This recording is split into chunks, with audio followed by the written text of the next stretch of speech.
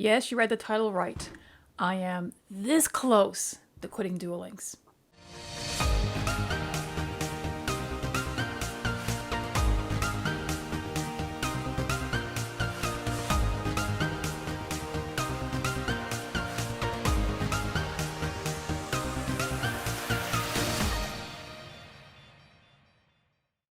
So there's been a lot of talk lately online about the state of Yu-Gi-Oh! I guess people are calling it Yu-Gi-Oh! Fatigue, and this includes myself. I've been experiencing this mostly with the TCG, but I haven't really seen anyone talking about Duel Links, and I'm experiencing fatigue with Duel Links for the same reason I did with the TCG, and that is time. Now, don't get me wrong, Duel Links, I still consider Duel Links to be the quickest way to have a game of Yu-Gi-Oh! But right now that's mainly based on the fact that you only get 4,000 life points. The TCG, the issue that I think a lot of people are having is the one-card combos.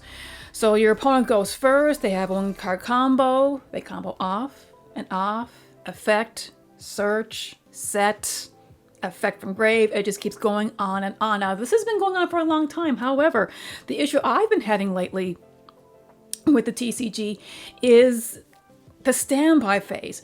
So, okay, my opponent sets up their board. It's my turn. I draw a card, standby phase, and my opponent can continue with their combos. Again, you know, activate a trap, search, effect from grave.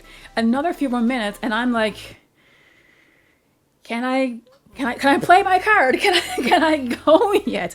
That was a turning point for me, is when my opponent can play the game during my turn. Now, of course, none of this is the duelist's fault. I mean, we're all just playing within the rules of the game and what the cards can allow us to do.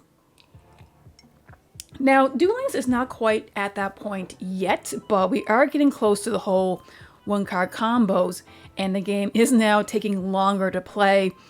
And this isn't just a synchro spam issue, because I know the big culprit is usually, you know, synchro monster, synchro spam, but oh no, this is going on with fusion monsters and XC monsters. There's a few decks out there that's the culprit that's causing all of these synchro spams.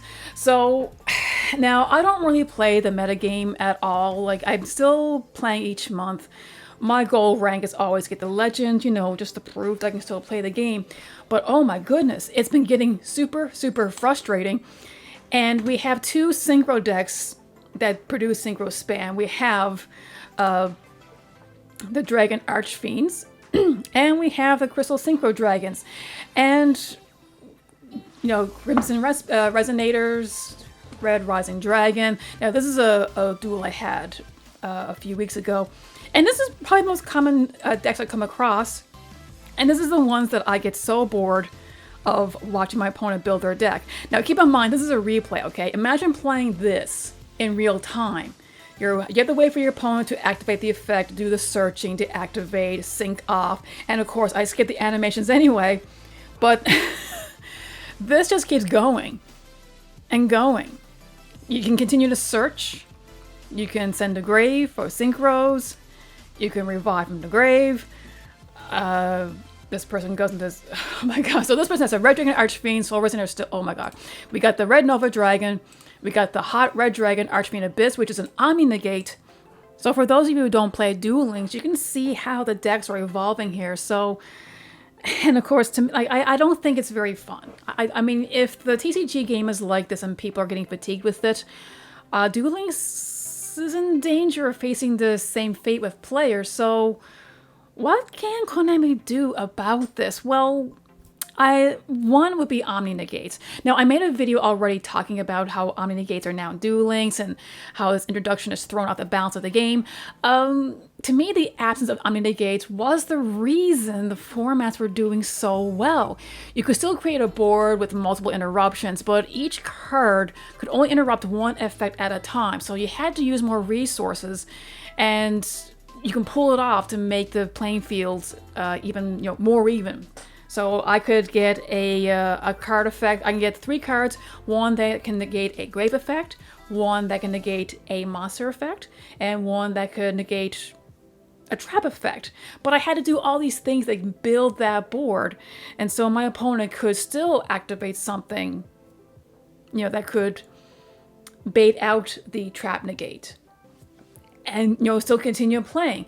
So, but after the release of the video, I got this comment. The problem is not in strong monsters. The problem are the super powerful skills that allow you to consistently cheat basic mechanics of the game. And that is true, and that's where I'm getting to the skill problem. Now, this is a hill. Now, I still stand on the hill of there should be no omni-negates, but the skill system is still something that it's something I brought up many times during streams. And my opinion is that all skills should be once per duel. Now, I know there are exceptions, take life points, you know, you can gain 1,000 life points at the beginning of the duel, you know, whatever, that's different. But being able to use these skills multiple times, like the one I have, Battle Chronicle, and I am the one true king, and the other one is Eternal Bond. Well, there's a bunch of them like this. These only enable long combos to pull off all of these omni-negates to begin with. We also have the Crystal Wing Synchro Dragons. There are skills that enable that play, that synchro spam, to get at all these omni-negates, because they have omni-negates too. Ooh. But being able to use these skills multiple times per duel, it also dulls the point of building a specific deck, and that's strategy. So think about it. If I can only use the skill Battle Chronicle once per duel, I better pick a damn good time to use it. If I waste that skill at the wrong time, well, it's a sad day for me.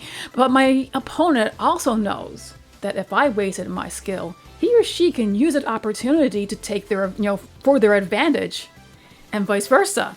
So the skill Internal Bond is probably the biggest perpetrator of this abuse. Being able to use that skill only once in a duel would force the U-Bell/hero decks to be built more differently. So, but this is just me. I mean, I know people still play Duel Links. I still have no issues being matched up with a duel when I play ranked duels. Although in Platinum rank, on occasion, I have been matched up with people in Gold rank, which is, you know, kind of strange. But I've been told that reason that happens is I couldn't get matched up with someone within the same ranks, the same, you know, rank tier. So there's that.